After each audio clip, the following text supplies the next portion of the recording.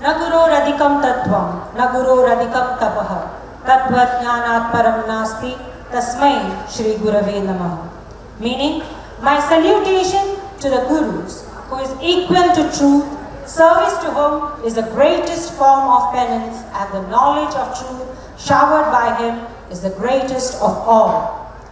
I guess by now you would have realized whom it is referred to.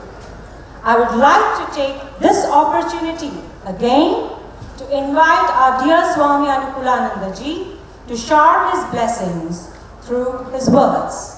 Over to you, Swamiji.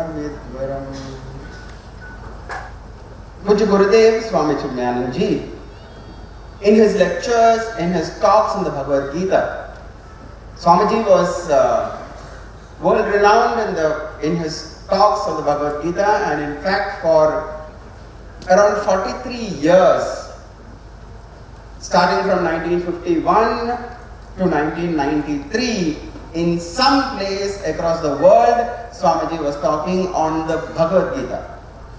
In fact, if you would ask for a word synonymous to Swami Anukoolananda ji, and of course the organization called Chinmaya Mission, if you ask for another word that is synonymous with Chinmaya Mission, then that is the Bhagavad Gita. Swamiji wrote the commentary on the Bhagavad Gita in English in around 1950s, 1954, and even today those commentaries of the Bhagavad Gita are absolutely relevant to every person in whatever field of life that they belong to. So in this Bhagavad Gita that Swamiji spoke about, there is amazing tips and there is fantastic tips for each of us to live our lives. So Swamiji used to say that the Bhagavad Gita is a manual of living. Whatever equipment that we have today, that equipment comes with a manual.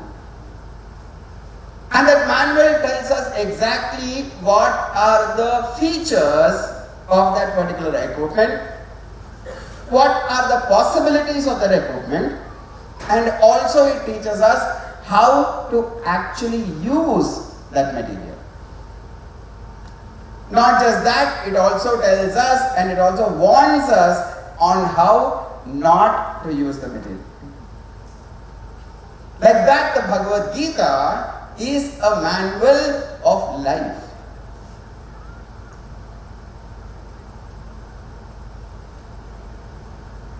The word for the law or the principles of anything that exists in the world, everything in this world exists based on certain principles. Anything in this world. For example, if we have a car, the car exists as a car based on certain principles that it has to adhere to. If a car is not used in the way that a car is supposed to be used, the car can become a cart, but it may not remain as a car. If I have a phone, the phone has certain principles that I have to abide by so that the phone continues to remain a phone and serve me as a phone. And these principles are universal about every phone of that particular type. It has nothing to do with the country, it has nothing to do with anything, it is pure principles of physics or whatever science that it is based upon. So everything, including our body, has principles based upon which the body is made. So as long as we adhere to those principles, that equipment keeps serving me, and that equipment has the possibility of providing to me the highest potential that is possible. At the same time, when I do not adhere to the principles upon which that equipment is created, that equipment goes into disharmony, that equipment goes into repair, that equipment can also get destroyed. Everything in the world. And that word for principles in Sanskrit is called Dharma. Exactly translated. So Dharma is not just a religious word. Dharma means the principles. Dharyate anena iti dharma. So that principle or those principles upon which anything of creation is sustained as itself, that is called its dharma. So therefore, let us say we have a furniture. The furniture, if it has to remain as a furniture, we have to follow certain principles by which the furniture will be sustained as a furniture. Simple. So we say those principles are called the dharma to be followed with respect to that furniture. A relationship has its own dharma. Every relationship has basic dharma. Every relationship has a basic dharma. If a relationship has to be sustained, that relationship should have two things. It should have love, it should have respect. Where love and respect goes away in a relationship, that relationship no longer remains, it weakens, and in time that relationship also stops existing. So this is called the samanya dharma of any relationship. Love and respect. However, in relationships itself, there are different forms of relationships. And therefore, though different forms of relationships have different specific dharmas to those specific relationships. So for example, the relationship of a parent and a child is very different from the relationship of a husband and a wife. So the principles of the parent-child relationship cannot be applied to the husband-wife relationship. So if the husband starts parenting the wife, or the wife starts parenting the husband, then we have the repair of relationships. The relationship of a parent and a child is different from the relationship of a friend and the friend. So therefore, the principles that run, the principles that sustain friendly relationship is not the principles that sustain the parent-child relationship. You can be friendly to the child, but not be a friend to the child. So this principle is called Dharma. So the question is, what is the principle of life itself? How can life be made, our own lives be made to bring out the greatest potential that it can. And for that, we have the Bhagavad Gita, which gives us many different beautiful, beautiful ideas. But in the Bhagavad Gita, Sri Krishna himself says that 3 principles sustain life and brings out the maximum possibilities of life. And Sri Krishna in the Bhagavad Gita says, towards the end of the Bhagavad Gita, 18th chapter, Sri Krishna says, these 3 things are never to be stopped, never to be given up in life. The moment breathing stops, life stops.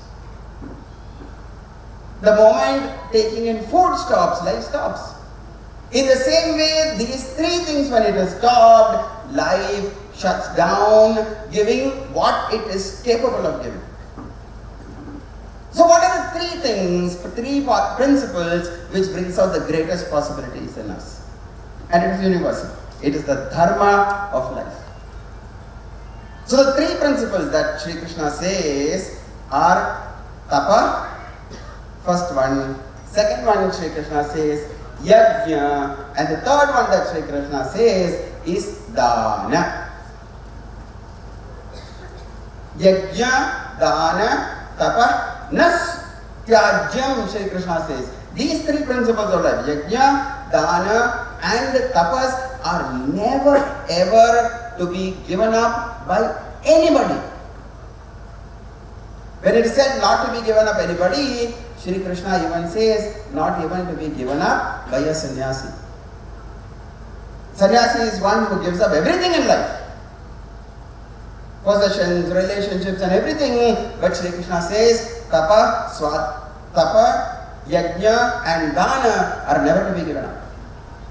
So what are these 3 principles that all of us are to live in life?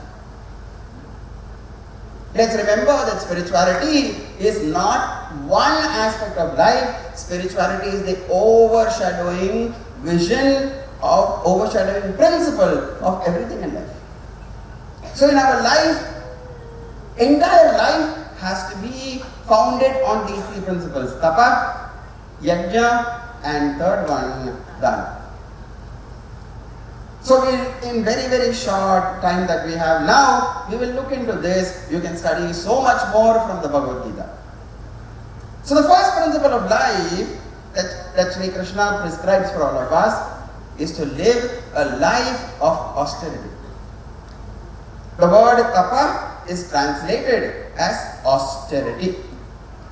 So what is austerity? Austerity means putting in effort to improve oneself every moment. That is called austerity. So even in physical fitness, physical ability, there should never be a time, there should never be a condition where we don't stop working on our becoming better. So therefore, to take up those efforts, to take up those habits, to take up those principles of living by which I become better in health, that is called tapas. I have some knowledge, but one has to take up tapas in knowledge. So therefore, to take up the austerity of continuously putting in effort, so that I become more and more and more knowledgeable as time passes on. That kind of a life is called a life of austerity, a life of tapas. When we look at a person and say this person is a tapasvi, it means this person is a person who's continuously putting in effort. How many languages do I know? Swamiji, I know 3 languages. So when did you learn these 3 languages? When I was in 5th standard school. After that, did you learn any other language? No. Example. So thus, to live a life of, these are the aspirations that Indian, these are the aspirations of a person of Bharatiya culture. Never is a day that is gone without putting effort. And it is through effort that there is greatness. It is through effort that there is success. It is through effort that there is joy from achievement. A life which is spent without tapas has no achievement, has no growth, and therefore has no resulting joy and fulfillment. So the first quality that Bhagavan says, perform tapas. If I have to master the habit of self-control, practice self-control. Today, we have this vrat called Ekadashi Vrat. Every Ekadashi, it is in our culture that we have to have fasting. And the fasting habit is about breaking our dependencies on various things. For example, I have a dependency on food. Oh, I cannot live without food. One day you live without food. You become independent. So I can eat when I want. I can feast when I want. I can fast when I want. So I am the master of my food habits. Food habits are not my master. I am the independent person. That is the result of tapas. So in our system we have the cultures, for example, of fasting. So what does fasting do?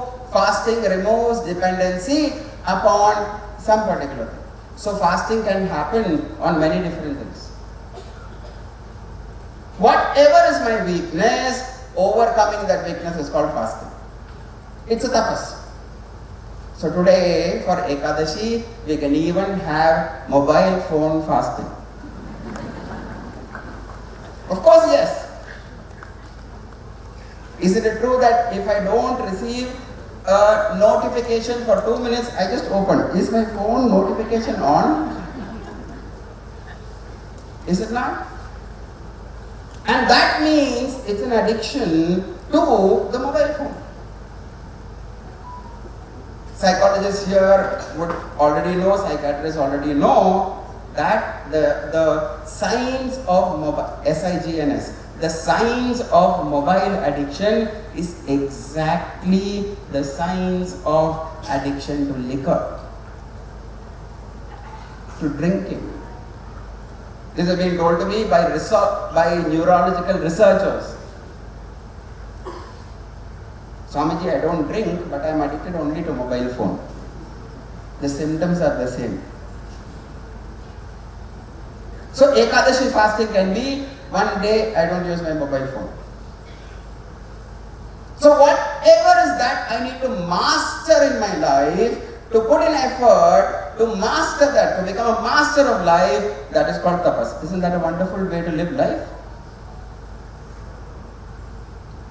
The Indian concept, the Bharatiya concept of living is not a life of slavery, not a life of indulgence and dependency on things. It is about to become a master of everything. And for that what is required is to develop our strength, and that is through tapas. The second quality that is talked about, which is said should never be given up, that is called yajna. What is yajna? All of us know the traditional meaning of yajna. It's a havan, it's a practice of spiritual worship. But here, Sri Krishna in the Bhagavad Gita redefines the concept of yajna to include every activity of life. Where Bhagavan Sri Krishna takes the word yajna as a ritual into the principles that become the foundation of yajna. All of us know that yajna is performed in dedication to a higher power. In dedication to something greater, that is called yajna. So that is why in a yajna, when we offer the ahuti, it's called the offerings, we say, Tubhyam, we offer it to you, Bhagavan, idam na mama, this is not mine. So what is offered in dedication to a greater power, that is called yajna. So whatever resources I have, I am offering it to a greater ideal, to a greater principle, to a greater cause. That is called yajna. First principle. And second, in a yajna, all of us know that one particular person cannot perform a yajna alone. Because a yajna involves people who know the process of performing yajna, who know the mantras of the yajna. It involves people who can bring in different materials to put together so that yajna can happen. For example, farmers are required so that they can bring the herbs required for the havan.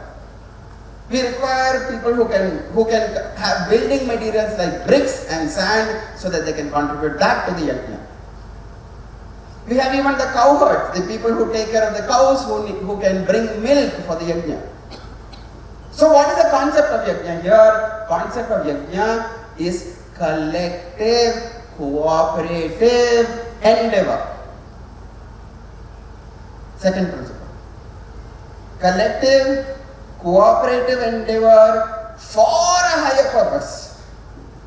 That is called yajna. So we come together, the first point. And we come together inspired by a great cause.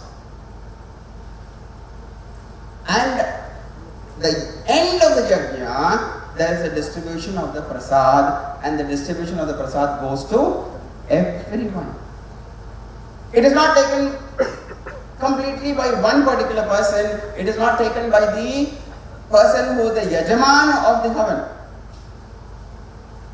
In fact, in Bhagavad Gita it is said, Yajnashishtam Mrtabhujaha Yanti Brahma Sanatanam.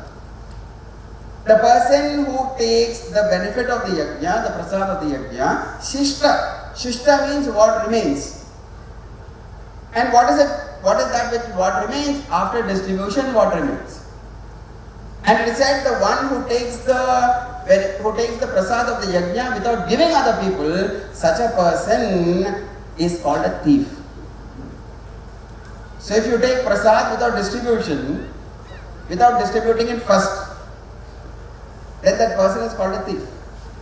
So what is the principle of the yajna? First, there has to be a great ideal for which I offer my resources. Second principle, we come together as a collective endeavor working for a higher cause. And the benefits of that is shared amongst everybody. When these three principles are there, it is called yajna.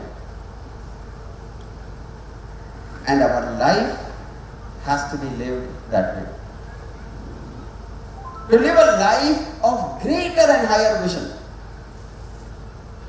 For example, my work has sensitivity towards the environment, which is of greater importance than my individual benefit of business profits.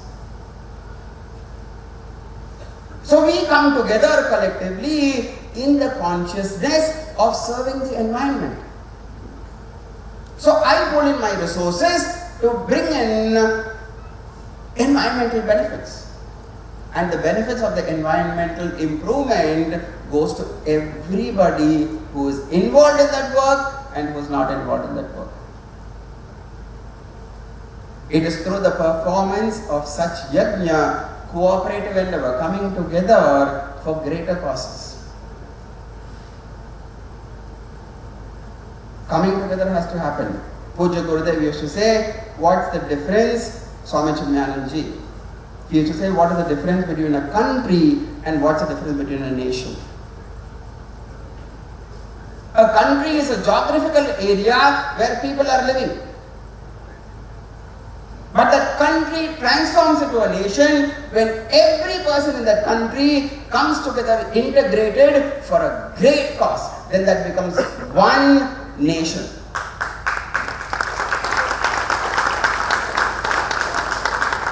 Pre-independence, all of us were inspired by one great goal, and that was independence.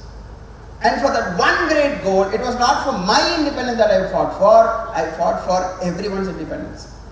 Some of them were so great that they could even give up their life for the country. Some of them did not give up so much, but they gave up whatever they could. Some of them gave money, some of them gave their jewels.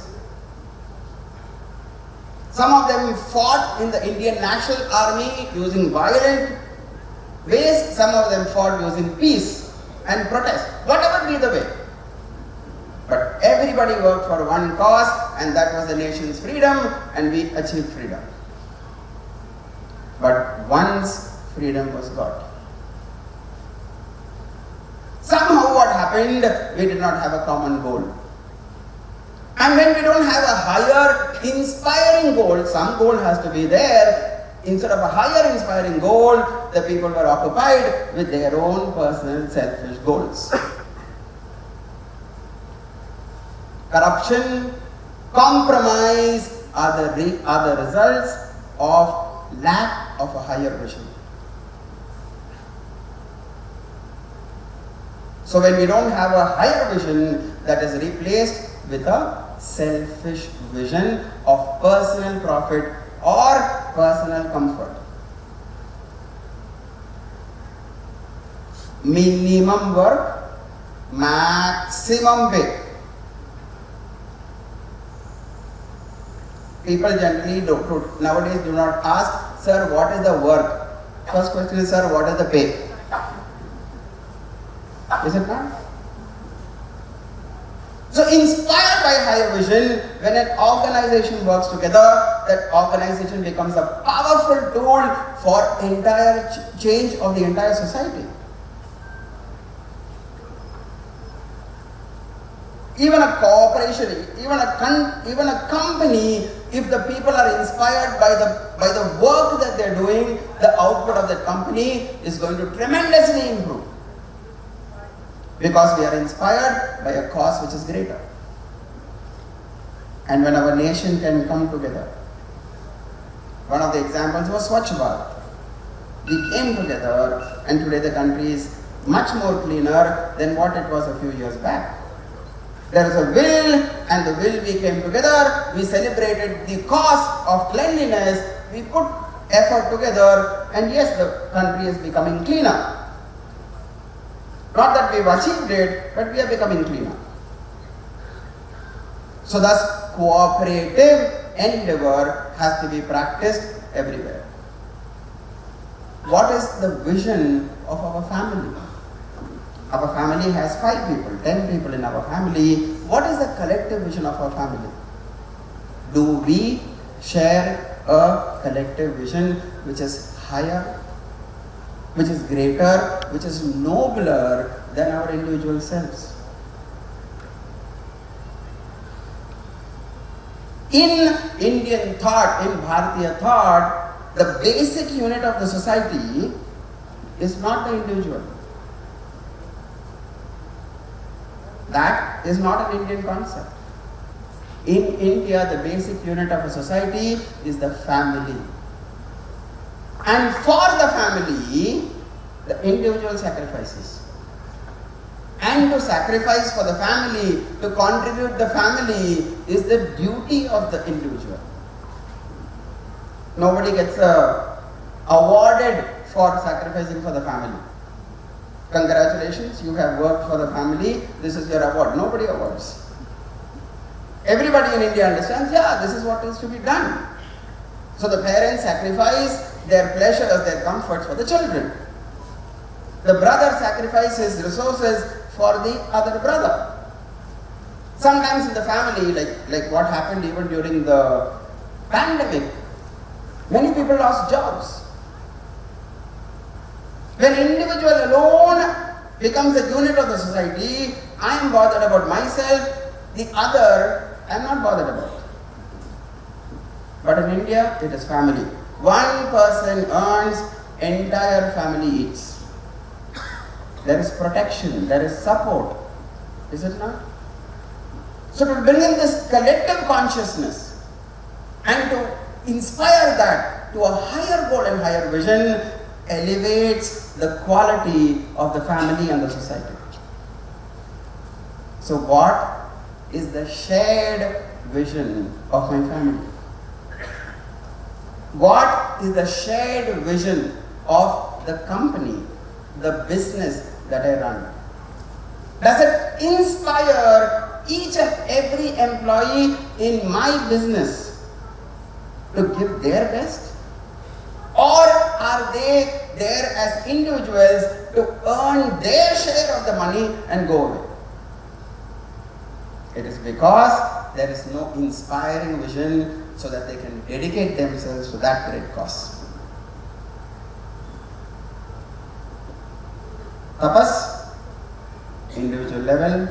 Second aspect is called yajna.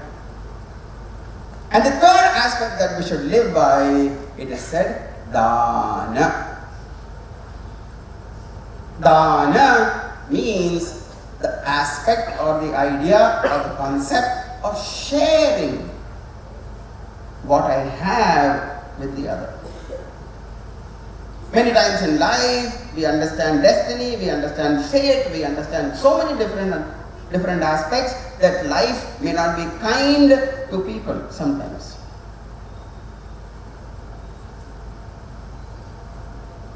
During the period of the tsunami, 2004, I was serving in a place called Nagapattinam.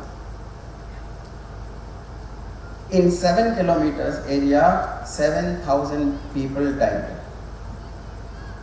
And the death happened within 5 minutes. Such a tragedy of the entire town. The entire town was going through misery. There was not a family where somebody did not die. And there were many families where only one person was alive amongst all of them.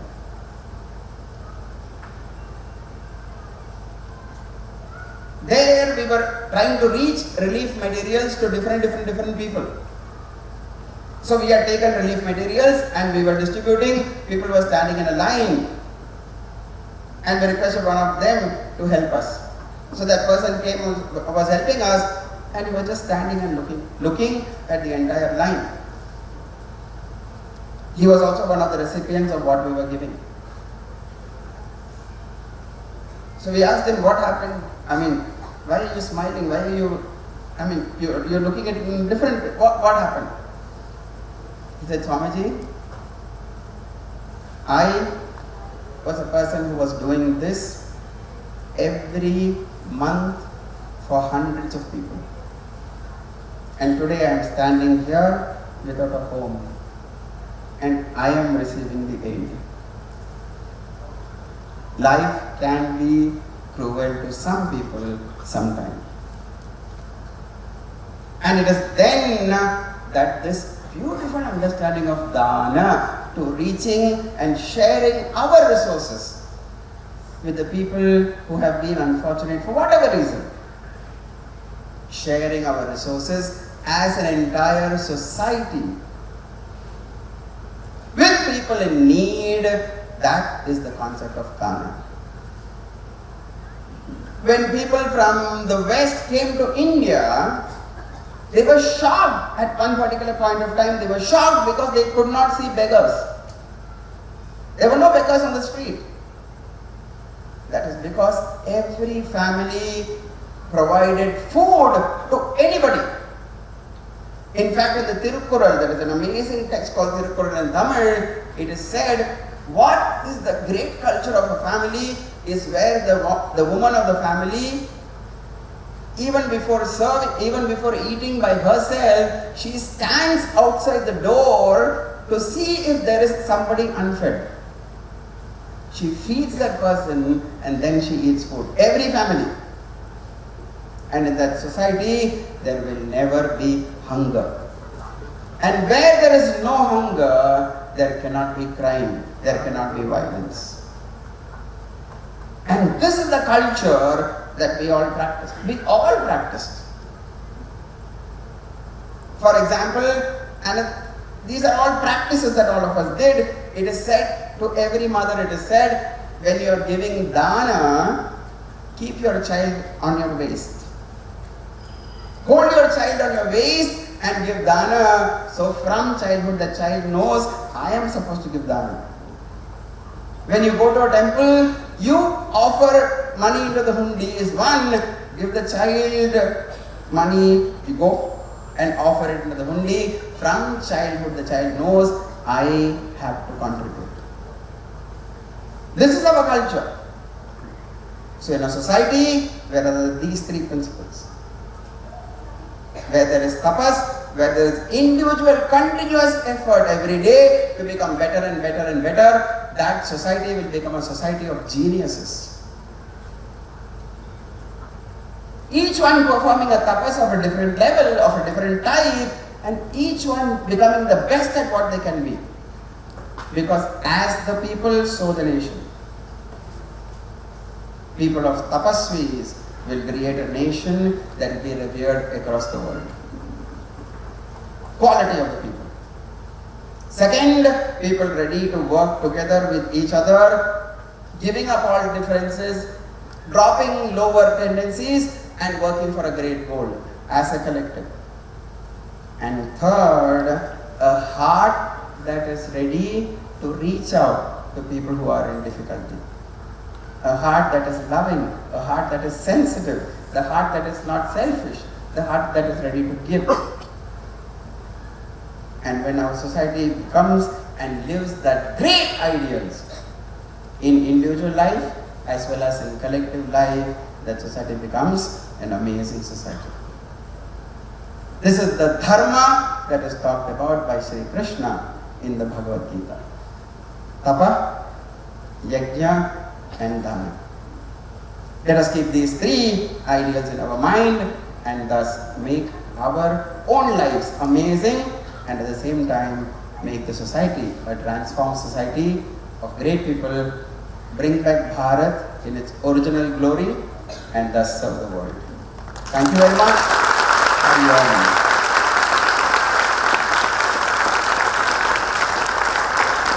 Thank you, Swamiji, for bringing out the inherent essence of Bhagavad Gita into our life again.